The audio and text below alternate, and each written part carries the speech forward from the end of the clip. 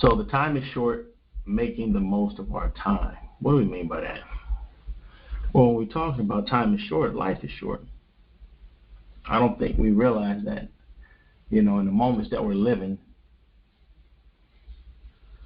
you know, uh, the cycle of life is actually really short when you think about it, especially when we're talking about being productive. See, our productive years, for the most part, so it varies, but for the most part, most people's productive years.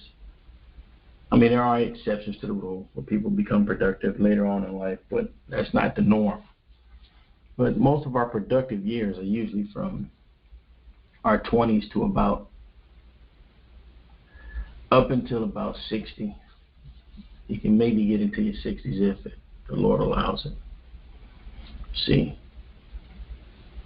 Well, why do we say that? Because people say, I disagree, your productive years, from your teenage years and this, that. Yeah, but when you look at life, most of the time from 0 to about 18, or most people, especially for most people, 0 to about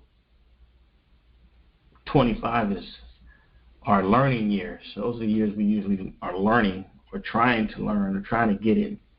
Most people don't even get or don't even kind of catch on until 30s and 40s.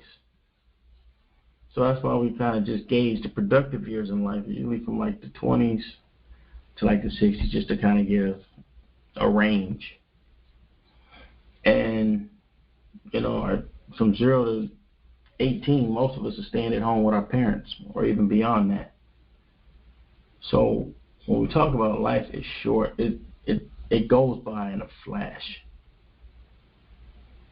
See, that's why we went over that lesson was gone over about the brevity of life, meaning the span of life. Life is short. And what we're doing with our time while we're here, well then, that's one of the most important things. What are we doing?